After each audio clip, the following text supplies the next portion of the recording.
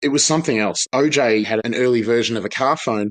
He was calling up NBC at 30 Rock because remember, OJ was a football analyst for NBC at that time who worked alongside Bob Costas.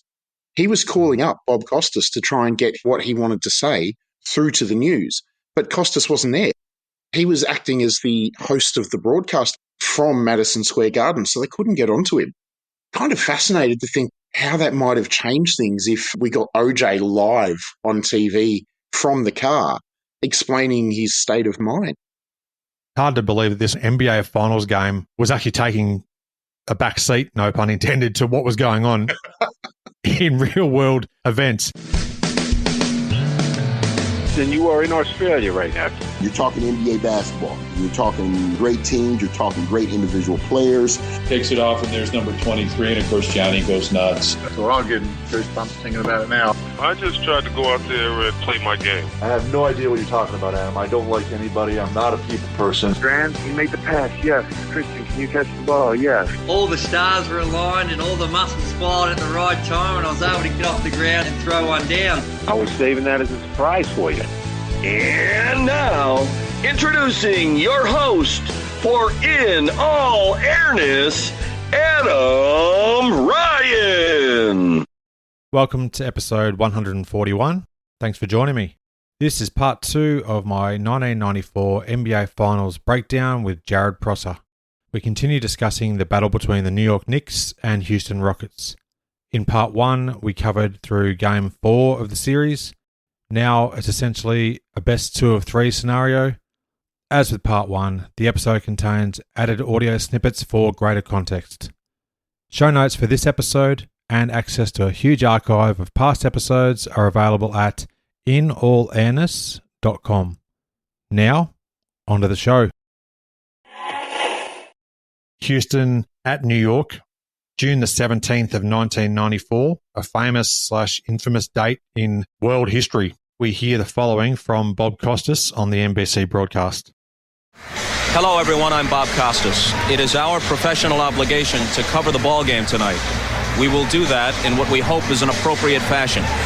We are, of course, mindful of the O.J. Simpson situation, and we will apprise you of any new developments. We hope you will all understand that I speak for everyone at NBC Sports when I say that there are no words that could come close to expressing the depth of our feeling over this entire tragedy. But we also hope you will appreciate that we have no choice but to proceed for the time being with the coverage of the game. And we'll do that following these messages. During the Game 5 telecast, at the height of this O.J. Simpson story, NBC Sports cut away from the game. With a minute 40 to go in this first half, we will send it to NBC News. Here's Tom Brokaw. Thank you, Marv. We are looking once again at pictures of Al Cowling's cars that makes its way along a freeway in Los Angeles in the south central part of that area. And we are told by the California Highway Patrol that O.J. Simpson is in that car holding a gun to his head. Depending on where the viewer was located within America, the Knicks-Rockets game was either shown on the lower corner of the TV screen or disregarded altogether just to go to a full screen of the news. Some stations that were carrying the broadcast returned to game action sooner than others, and there is a raw feed in various states of quality that does show the closing 90-plus seconds of that first half, and it is online if you look on YouTube. Incredible news of the O.J. Simpson Bronco chase that was unfolding across the country in California, mate. I'd completely forgotten about this happening through this game. But, man, it was surreal to watch it back. Bob Costas sitting there as the conduit between the broadcast at the Garden to the helicopter shots of the slow chase of the Bronco. It was something else. OJ had an early version of a car phone. He was calling up NBC at 30 Rock because remember, OJ was a football analyst for NBC at that time who worked alongside Bob Costas. He was calling up Bob Costas to try and get what he wanted to say through to the news, but Costas wasn't there. He was acting as the host of the broadcast from Madison Square Garden, so they couldn't get onto him. Kind of fascinated to think how that might have changed things if we got OJ live on TV from the car explaining his state of mind. Have you seen the ESPN 30 for 30, which is just called June 17th, 1994? highly recommend anyone listening to this pod, obviously don't leave the pod. Let's wait until you finish. Then jump on the ESPN app and find that 30 for 30. It's a fascinating watch. Hard to believe that this NBA Finals game was actually taking a back seat, no pun intended, to what was going on in real-world events. Now, not long after they actually cut to the NBC News, a skirmish broke out following Olajuwon's inadvertent, hard to tell, left elbow, which caught Anthony Mason's jaw. Tempers flaring between the Rockets and the Knicks with 49 seconds to go in this first half. Here's another look at it while we were away. And as Olajuwon just tried to gather himself and pick up the basketball, he either inadvertently caught Mason with an elbow in the chest or head area or intentional, and Mason popping right back up, wanting to go at Olajuwon. Cooler heads trying to prevail. Nobody has thrown a punch yet. We have Otis Thorpe, Charles Oakley, Vernon Maxwell, and Robert Horry all exchanging pleasantries. A personal foul and technical foul was called on Mason. Barely 10 seconds later, Mason, who was attempting to dunk on a fast break at the other end, was fouled hard by Robert Horry. So a bit of a throwback there to previous happenings in Game 4. Following that, John Starks, Vernon Maxwell, and Horry all had words to say. Horry was whistled for a flagrant foul, probably revenge for the flagrant that was on him the game prior, and technicals were also called, unsurprisingly, on John Starks and Vernon Maxwell. Maxwell drawing episode, that should be its own little pay-per-view. If you could have a screen inside a screen inside a screen, you'd have OJ, then you'd have the game, and then you would have Mad Max and Starks going at it. Olajuwon, you said accidental, maybe not. That was extremely deliberate, nicely finessed, that elbow. Hakeem completely knew what he was doing on that play. Now, you mentioned before, Adam, that there's vision of the game. Because it wasn't being broadcast on network television, there was no commentary. It was quite pure to watch the game and have all of the effects mics still kicking in. You're getting the drawing on the floor. You're getting the thump of the ball into the court. You're getting the squeak of the sneakers, but you're not getting Marv and Matt Gukas. As you said, this little skirmish broke out, and you can, as clear as day, hear the New York crowd giving it some Houston sucks. 18,000 people just raining down abuse on the Rockets. You almost felt like you were there to a degree. From the above camera view, when they show the replay, Olajuwon certainly looks like he's tried to, inverted commas, tuck his elbows in, but he definitely clocked Mason an absolute beauty. I was actually quite impressed with Anthony Mason, his restraint, although he did give Pat Riley, his own coach, a bit of a shove on the way past, trying to get back at Olajuwon. Mace was really good in this game. Forget the fisticuffs, the handbags at 10 paces. Mason was excellent in this game. 17-9, defended multiple players really well. He was one of those early incarnations of a point forward. I think it was Don Nelson maybe, had him running point for a little while. And his passing really came to the fore in this game as well. Not a lot of assists, but to bring it back to hockey, he had a lot of those hockey assists, the pass that led to the pass that led to the score. I thought he was fantastic in this game. And I really thought Ewing was just imperious. He had a huge dunk over Otis Thorpe from a Mason pass. He had an end of the shot clock three that swished through. Looked like he'd been shooting threes all his life. Clock running down. Down to 2, down to 1. Ewing, a 3. But again, it was one of those things where not enough Knicks were supporting Ewing, and Houston just kept chipping away. Just kept chipping away. New York couldn't quite put the game to bed as it was. Ewing ended up with 8 blocks, which is just incredible. We had Starks with 19 points, 7 boards, 6 assists and 3 steals.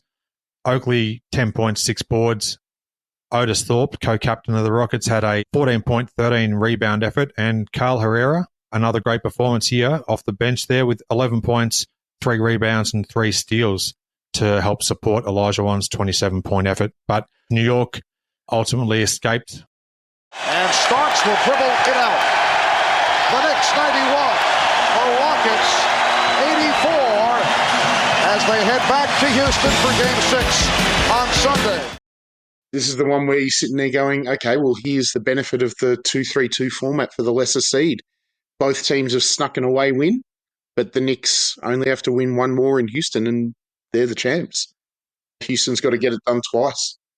The best newspaper headline that I came across, the Salisbury Post, win puts Knicks in driver's seat, which I thought was quite clever, given a nod to O.J. Simpson, I'd imagine. Win puts Knicks in driver's seat. Maybe I'm reading too much into that one. I did not get that from it until you mentioned it. But I tell you what, if that was the intention of that headline, that is genius. Not that you want to make fun of the events of O.J. Simpson, but that was a very clever headline. I'm choosing to go with your interpretation of it because it's way more fun. Best of the 5 so far. Oh, by a streak. That is fantastic. Is there anything else you'd like to add from Game 5 of the series before we move back to Houston and try and sum it up, no pun intended, on their arena? There was a late Kenny Smith turnover that sparked a 7-zip New York run. That was effectively the 7-point margin in this game. The Jet is a very good player for a very long time. Whilst he had his good moments in this series, it wasn't a great series for the Jet. June the 19th, 2 days later, New York at Houston at the Summit. Olajuwon was right on this one from the tip. He got a block on Ewing. He kicked it out to Maxwell from a quadruple team, no less, for a 3. He found Kenny Smith for a wide open long 2 from another pass as well. But as good as Olajuwon was, I thought Starks was even better in quarter 1. He was looking to push the pace in this one as well. That was really noticeable. The pace of that first quarter seemed, dare I say it, modern. It was the Knicks, and in particular Starks, just looking to get that ball and go at all costs and just try and catch the Rockets cold. Now, that did produce some sloppy turnovers because players in that era just weren't used to playing that quickly. It did lead to some really good looks for the Knicks. Starks, as good as he was in the first, he was brilliant in the fourth. Houston started the fourth quarter with a 6-zip run, but then Starks answers with his own personal 8-zip run to put the Knicks back in the lead. In this fourth quarter, it's the Rockets 9, John Starks 8. And right then, Hakeem picks up a 5th foul for a needless reach on Ewing. So you're thinking all of the momentum, it really looks like it's in the Knicks' favour here. Starks hits another 3, and Marv Albert gives us his John Starks is unconscious here in the fourth quarter call. Starks for 3, yes! John Starks unconscious here in the fourth quarter. Kind of low-key, a really great call in the moment. Kenny Smith hits a couple of shots, a really good quarter to keep Houston in it. With about 40 seconds left, Olajuwon makes a couple of free throws to put the Rockets up by 4. The Knicks, really smart here. They've got a 2-for-1 chance, and they take it really well. A beautiful set that sees Mason get open for a mid-ranger from the baseline, and then some really good D discombobulates the Rockets, and Smith has to take a really heavily contested shot from the nail, which is well off. So the Knicks are down by 2, 7 seconds left. Starks, quite rightly, has the ball given the way he's been playing. Runs a little pick and roll with Ewing. He turns the corner looking for the game championship winner.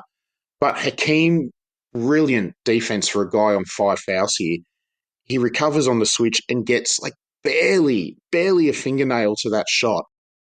And I would still not be surprised to see John Starks try to win it from beyond the arc. All right, Starks. Rockets do not want to foul. Starks for 3 came up short. And Jake O'Donnell indicating the game is over, and it will go to a 7th and decisive game on Wednesday. The Rockets win at 86-84, and the series is tied at 3. If Olajuwon cuts his fingernails in the morning, that may have affected the course of NBA history. The finest of margins between a 4-2 win and going to Game 7. Look, credit to Olajuwon. Like I said, 5 fouls. This is an all-or-nothing play for him. Admittedly, this was a 2-point margin, not a 3-point margin, but maybe the memory of what happened in Game 3 was in his head as well, thinking, well, I can launch here, and the most Starks can do is send this to overtime. This was the best of John Starks. This was one of his really good games. 27 points, 8 assists, 5 of 9 from beyond the arc. He was excellent in this game. The real shame of it, in the way this game ended for Starks, given how good he was in this particular game. He was, by a long, long way, the Knicks' best player in this one. And Harper was good, 10 points, 10 assists, 4 steals. Ewing struggled again, 30% from the floor, but 17 and 15. Olajuwon, absolutely brilliant for Houston, 30 points, 10 boards, 4 assists. Otis Thorpe led the Rockets in assists in this game with 6. I don't know if that's a career high for OT or not. Not exactly known as a low-post passing savant, Otis Thorpe. Carl Herrera, another nice little cameo, 12 points, perfect from the floor, 6 of 6 in 20 minutes. I wish John Starks could have had that moment over again. He had a shot to win the title for the New York Knicks, which is crazy when you think about it. A moment that could change NBA history and, of course, his legacy and the Knicks team, Patrick Ewing particularly, had that shot not been deflected by the tiniest of margins from Hakeem Olajuwon. A little post-game note here, and I didn't know this until years later when I read Blood in the Garden. Have you read that book? Chris Herring, yeah, I was going to mention it towards the end of our chat. Fantastic stuff. Phenomenal book. Starks was so distraught after missing that shot that he barely slept in the 3 days between Game 6 and 7, which, knowing what we know now about sleep and how it impacts your physical performance, maybe is a bit of a precursor to what happened to that young man in Game 7. Couldn't have said it any better. Definitely recommend check out that book if you haven't already got it on your bookshelf. Blood in the Garden, The Flagrant History of the 1990s New York Knicks, and as written by Chris Herring, hopefully a future guest of this podcast. A fantastic book. Genuinely one of the best basketball books I've ever read. What could have been for the Knicks, we go to a 7th and deciding game. The best newspaper headline, the Daily News in New York, Game 7, almost heaven. Oh, that's not bad. Starks had such a great game. It would have been a crowning moment on his career, particularly given his background and the incredible odds that he faced to even get to the NBA, to then have a chance to possibly top off that incredible game with a championship-winning bucket. Fairy tale sort of stuff. A buzzer beater, no less. He's a cult hero now, particularly to Knicks fans. But a casual, for want of a better way to put it, Adam, wouldn't know who John Starks is. If he makes that shot, I can guarantee he's etched in stone in NBA folklore. Let's move ahead to the 7th and deciding game. It was played 3 days later, June the 22nd, New York at Houston. Everything's up for grabs here. This was only the 3rd NBA Finals since 1978 that went to a deciding Game 7. 1984 Boston Celtics and the 1988 LA Lakers taking home the championship in Game 7. Entering this game, home teams had won 19 consecutive Game 7s across NBA history. Interesting how this game started. It looks like Houston wanted to get Hakeem involved right away, and he catches on the move in the very first play of the game, and he's about to dunk it. And then at the last second throws a beautiful pass to Horry, who throws it down. Setting up Horry, Olajuwon, back for Horry. Robert Horry, after taking that spill in game number 5 in New York, has not shot well, but he gets off to the roaring start. And the Rockets with a 2-0 lead. Kenny Smith had a couple of baskets early on. I've been dumping on him this entire pod, but he played really well in Game 7. Now, halfway through the first quarter, neither Ewing nor Olajuwon had scored, which, when you consider the stature of those players in a winner-takes-all, loser-goes-home game, was kind of astounding, really. For Houston, it was the Jet and Mad Max doing a lot of the scoring, and Derek Harper and Charles Smith getting most of the scoring done for New York. It was a strange little quarter, that first one. I wanted to mention something here. I talked at the end of Game 1 about the lack of rotations that we saw from both sides in particular. Now, in Game 7, NBC put up a little infographic, and it demonstrated just how little teams were going to their benches. Ewing was averaging 44 minutes a game in the finals. He was up from 37 minutes in the regular season. Starks and Oakley, both over 40 minutes. And it made me realise that, okay, I wasn't imagining things in Game 1, that there was a real shallowness to New York's rotation. Mason and Smith, as I mentioned, split some time at the 3 and also got a little bit of time at the 4 and 5. But aside from the occasional Greg Anthony, Hubert Davis cameo, it was really a 6-man rotation for a lot of the series from New York. Now, this absolutely cracked me up.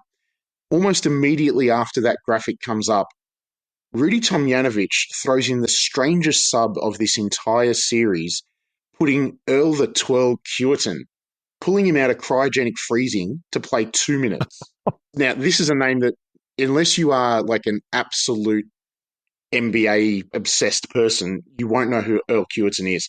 At this point, he was 36, close to his 37th birthday, obviously a veteran of the league, but he'd been out of the league for 2 years. The 2 seasons previous, he'd been playing in France, Venezuela, and Mexico.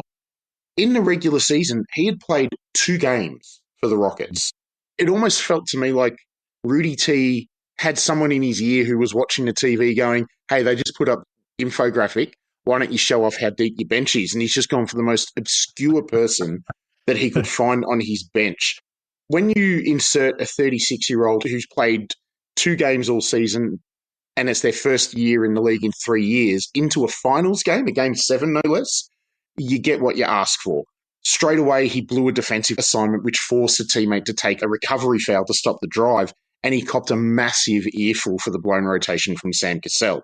Such a surreal moment that you had this graphic, and then you've got the most obscure player on either roster checking into the game for reasons that only Rudy T could explain, and he straight away botches a play. Like, it was poetry. I think he only joined them late in April of that year of 94. That would explain why he's only played the 2 games then. I think he played some of the earlier playoff rounds. I'm just having a quick look on his basketball reference page to see what happened. Yeah, he played 10 games in the playoffs, joining the team in late April of 1994. The thing I didn't know about Earl, who sadly passed away earlier this year, he played 9 games with the Raptors in the 1997 season. He missed all of 1995 with knee injury. Then he played in Argentina for 1996, returned back to the NBA in 1997 as a member of the Raptors, playing his last game on January the 11th of 1997. He was a member of the 1983 championship team with the Philadelphia 76ers. 17 years he played professional basketball. That's more than you or I will ever do. Credit to the man. 2-time NBA champion. You mentioned Otis Thorpe. I've gone to StatHead, courtesy of Basketball Reference. I've got a StatHead membership. The most assists that Otis Thorpe had in a game, 11, on the 16th of March 1989 versus Milwaukee. He had quite a few 7s, 8s, a few 9s, a couple of 10s, and then 1 11. I would never have picked that. In that era, that type of player, having multiple double-figure assist games. Now, Bob Costas is talking to Dr. J at halftime. Dr. J's been in the studio for most of these games and done the little bits of 2-minute halftime analysis.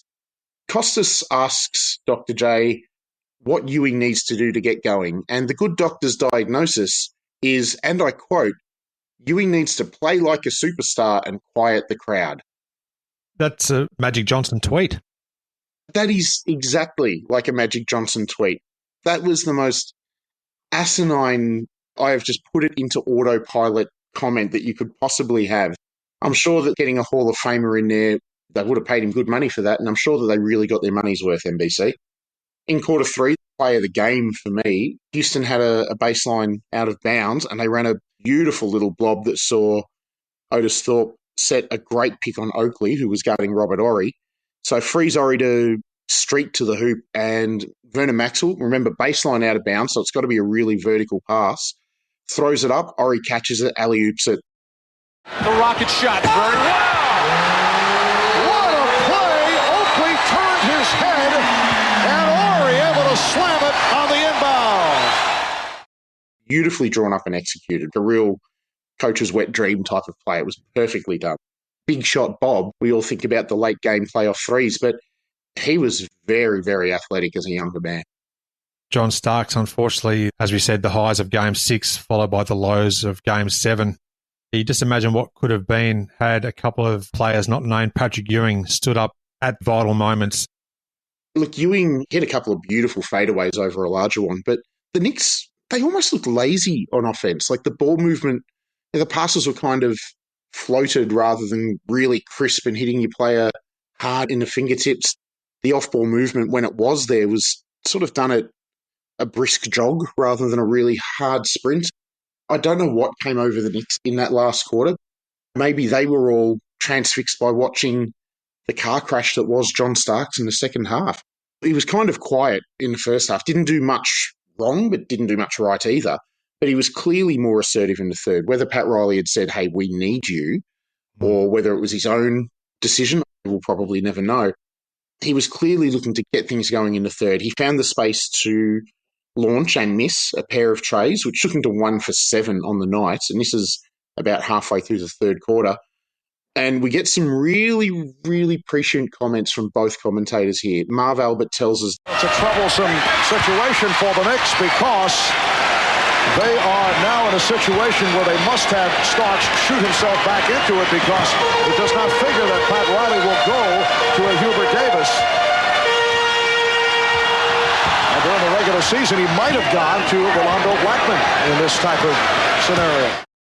And Gukas, very prophetically, says, I don't think there's any question that Pat Riley is going to stay with John Starks, even if he's 1 for 14. This is his guy in the fourth quarter. He would just like to get going a little bit in his closing minutes of the third quarter. For all of the Knicks' struggle, they were never more than a couple of baskets behind. Harper had hit a 3, and Oakley might get a little layup inside to cut it to 1. Houston started to look a little bit lost on offense in the third as well. I think it was the very last play of the third quarter, Adam, where the ball kind of fell to Carl Herrera, and he was not the intended target, but he makes a desperate dash to the hoop and then throws up, frankly, a bit of a trash shot that just evades Ewing's fingertips and nestles in the net. We're down to 5 seconds in the third. Herrera, yes! And the Rockets lead by 3. The first 3 quarters, interestingly, Houston won each of those quarters by a solitary point. So that tells you how close this game was through 3 quarters. Fourth quarter coming up. Back after this from your local station.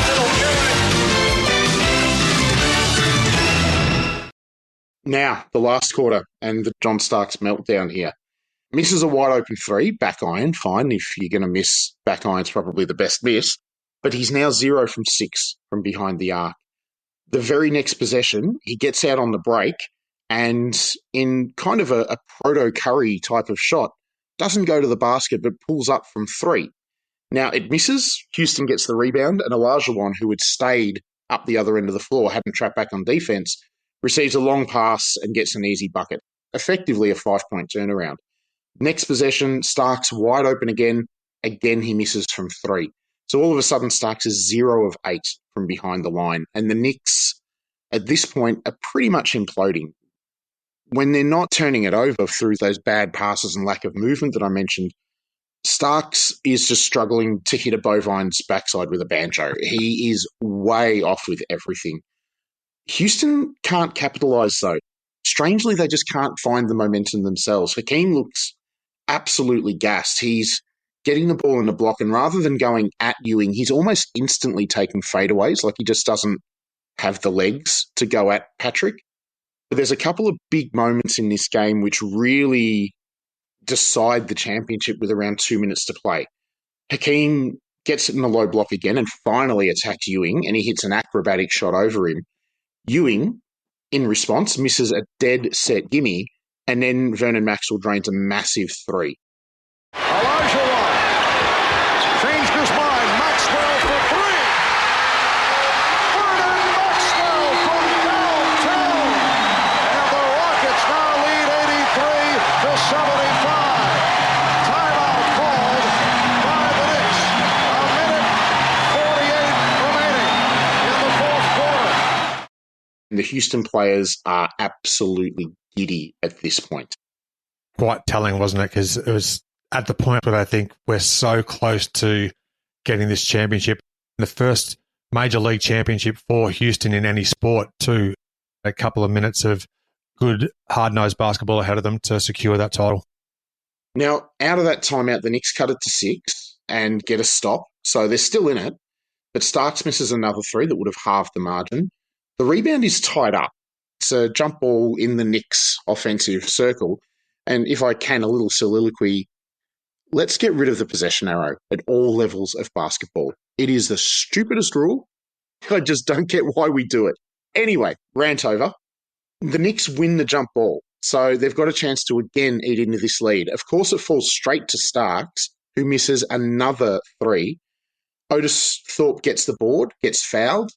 Knicks are in the penalty, so walks up the other end of the floor and misses both free throws. So Knicks are somehow still in this, down 6, 30 seconds to play. Starks again tries to play hero and airballs a straightaway 3. It's like a foot short and about 4 feet to the left. Possibly the worst shot he's put up in his entire career.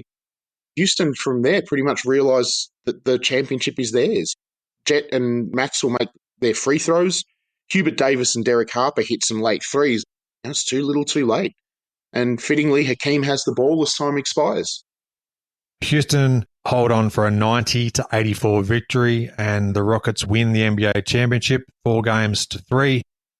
Olajuwon, great game to close out this series. 25 and 10, 7 assists, 3 blocks. Mad Max, Vernon Maxwell, series high 25. Cassell only played 18 minutes, but really effective. 13 points, a pair of threes in that time. Kenny Smith ended up with 11 points, came up with some big shots. Ewing had a 17 and 10 game. Oakley had his kind of typical 10 and 14. Harper was excellent in game 7. 23 points in this one. He had a really, really good series. We talked about the good of Starks. We got the bad of Starks in this game. 8 points, 2 of 18 from the floor, 0 of 11 from deep. Oh my. To go from the heights of his Game 6 performance, so close to being the absolute hero, to his performance in this game, it's so difficult just to look back on this box score and not feel so bad for how his performance panned out. That contrast is the beauty of sport. It's the thing that keeps us coming back. It's a genuine meritocracy sport. It's that lack of knowing what's going to happen next in sport, I think, what keeps us coming back, not just to basketball, but to any sport, really.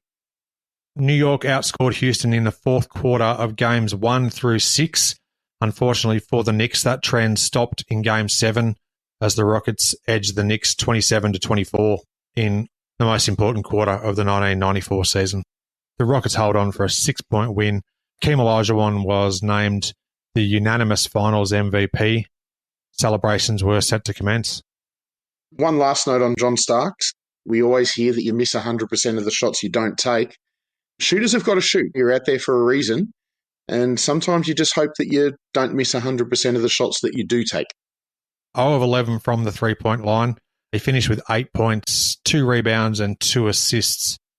Per Bob Costas in the post-game ceremonies, this was the first time in NBA history that the NBA championship trophy was presented on the court. This was something I didn't realise, because it seems so standardised now, but I'm surprised it took that long, especially when you win at home. It's such an obviously good thing to present that trophy in front of 15 to 20,000, depending on your stadium, nearest and dearest new friends, people that have ridden the highs and lows of the team for longer than most of the players have. It plays well on TV. It obviously is great for the crowd. The players love it because they get to interact with the people that cheer them on every day. You know, we mentioned hockey. The Stanley Cup's always been presented on the ice as far back as I can remember. I don't know whether it's the same with the NFL or MLB, but it's great that it happens. On the celebrations, weirdly, the most emotional person on the floor appeared to be Sophie Tomjanovic. Back in Houston, the superstitious Sophie Tomjanovic has finally made her way to her seat. She watched the early portions of the game in an executive room here at the Summit, and now she is on hand. Rudy's ex-wife. Not ex-wife at the time, obviously, but she was sprinting out onto the floor, tears streaming down her face. She was completely overwhelmed by the moment. The best newspaper headline, maybe a little bit obvious, the Odessa American in Texas, simply dream come true. It's there for the taking, that one, isn't it? You're working in the best player. You're working in the championship. Briefly, one guy I do feel for in this series who is overlooked, and it's covered in Chris Herring's book, the great Rolando Blackman, friend of the show. I've had him on the podcast. Terrific guy. I did ask him about his 1994 season with the Knicks. 4-time All-Star with the Mavericks, but frustratingly for Rowe, he was rarely in Pat Riley's rotation come playoff time. He played one game in the first round. He appeared sparingly in 4 of the 7 Eastern Conference semi-games versus the Bulls, and he appeared just once versus the Pacers in the Eastern Conference Finals. He did not play a single minute in the NBA Finals, unfortunately. Yeah, Hubert Davis had kind of superseded him in the rotation by then, which Hubert Davis, a good NBA player, but as much as Blackman was aging, I still think he could have played a role in that series, especially for his chemistry that he built up over the years with Harper. Yeah, that's right. They were great backcourt mates with the Mavericks. Series stats quickly. Hakeem Olajuwon averaged just a tick under 27 points a game, 9.1 rebounds, 3.6 assists, 1.6 steals, and 3.9 blocks per game. Patrick Ewing, a little bit less average-wise in terms of points, 18.9 points, 12.4 rebounds, 1.7 assists, 1.3 steals, and 4.3 blocks. For Houston, Vernon Maxwell was the next best scorer at 13.4 points a game, followed by Ori, Cassell, Thorpe, Herrera, Kenny Smith, Matt Bullard, 4 points a game, Mario Ali, Super Mario, 2.4 points a game. A name familiar to some Australian NBL fans in the 1990s, Chris Gent was on the roster for the Rockets. He played briefly in games 1, 5, and 7, and Earl Curigan played 2 minutes in game 7 but did not score. However, they are forever known as NBA champions. North Melbourne Giants fan here, Adam. We had season tickets at the Glass House for 10 or 11 years or something like that when I was growing up. Got to watch quite a bit of Chris Gent back in his one season in Australia. He was fantastic to watch in the NBL. Ball of energy. He was one of these guys that the stats probably don't do him justice. You watch him warm up, and he's the sort of guy that would sit there and drain 49 out of 53s. He would shoot a lower percentage than you would expect for someone of his quality simply because he took the most difficult shots that you could possibly contemplate. For New York, John Starks was the next highest scorer after Ewing, almost 18 points a game, followed by Derek Harper, Charles Oakley, Charles Smith, Anthony Mason, Greg Anthony, Anthony Bonner, and Hubert Davis in that order. Ewing set the record for most blocks in an NBA Finals series with 30. That eclipsed Kareem Abdul-Jabbar's record of 23, which was set in the 1980 Finals. Olajuwon had 27 blocks in the series, and in 2003, the Spurs' Tim Duncan broke Ewing's mark with 32 blocks, for what it's worth. That's astonishing, 32 blocks in a series. This is the first NBA Finals since the advent of the shot clock in 1954, where neither team reached 100 points in a game. New York scored 91 points in games 2, 4, and 5. Houston scored 84 points in game 5, and then the Knicks scored 84 points in game 6 and game 7. You mentioned the team reaching triple figures. There was certainly a lot of times where that was obvious. Not the prettiest basketball on display for large swathes of this. It was compelling, absolutely compelling basketball, but it was not the sort of one that you would put out there to attract new people to the sport. I appreciate all the effort you put in with your research. Is there anything else you'd like to add, Jared, before we do put a bow on this episode, mate? This was fun to go back on. A teenage years one. There wasn't a lot of NBA on television in Australia back then. It was one that's always sort of stuck in the consciousness, partly because of the era it was. You and I were teenagers back then. But it was a lot of fun to research. Great to see some names. We mentioned Earl Curigan, some names that I'd completely forgotten about. A little shout out to my wife who had to listen to me go on about all of the stuff I was watching, and I could see her eyes glazing over as I mentioned it. So to my wife, I appreciate your eternal patience. I'll also echo those sentiments to my wife who's had to put up with me ranting for the last 2 hours to you, but I've enjoyed it thoroughly as well. And thanks again for your suggestion of this topic. I look forward to inviting you back to chat about some other topics in NBA history, Jared. Adam, this has been an absolute delight. Really appreciate you having me on. Good on you, mate. Thanks for listening. I welcome your interaction with the show. Tap the microphone icon on my website to send me a voicemail. Suggest discussion topics or guests you'd like to hear conversations with. Worldwide, the show has 206 ratings on Apple Podcasts with an average of 4.9 stars with 102 reviews across all providers. Thanks for your continued support. If you add a review, I'd love to read it out on a future episode. Your ratings and reviews are one of the best ways to support the podcast. If you enjoy the show, please tell your basketball-loving friends about it. Word of mouth recommendations are truly worth their weight in gold. Stay up to date with my podcast and subscribe to my free NBA history newsletter.